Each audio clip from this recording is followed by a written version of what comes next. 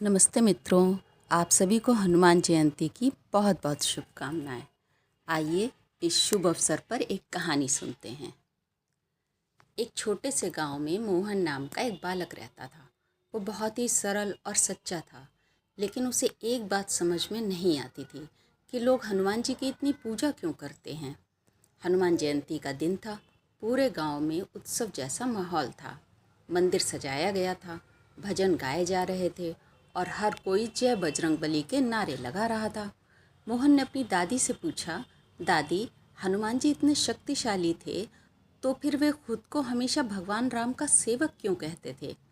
दादी मुस्कुराई और बोली, बेटा, यही तो उनकी सबसे बड़ी ताकत थी, उनकी भक्ति और विनम्रता।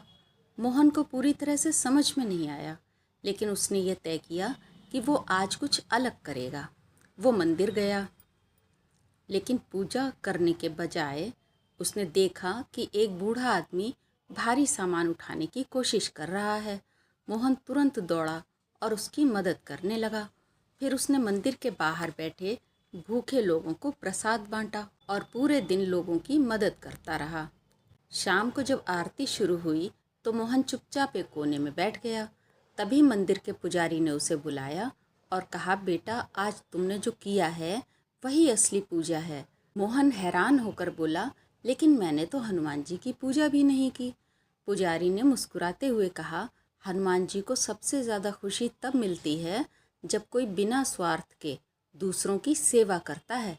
आज तुमने वही किया। उस रात मोहन को सपना आया। उसने देखा कि हनुमान जी मुस्कुराते हुए उसे आशीर्वाद दे रहे हैं और कह रहे हैं, सच्ची भक्ति पूजा में नहीं, सेवा में होती है। अगली सुबह जब मोहन की आँख खुली तो उसके चेहरे पर एक नई चमक थी। अब वो समझ चुका था कि भक्ति का असली अर्थ है निस्वार्थ सेवा और सच्चा दिल। हनुमान जयंती हमें संदेश देती है कि शक्ति से भी बड़ी चीज़ है विनम्रता, सेवा और सच्ची भक्ति। कहानी यहीं पर समाप्त होती है। आप सभी को एक बार पुनः हनुमान जयंती की शुभकामनाएं। मेरे चैनल को लाइक और सब्सक्राइब कीजिए। धन्यवाद।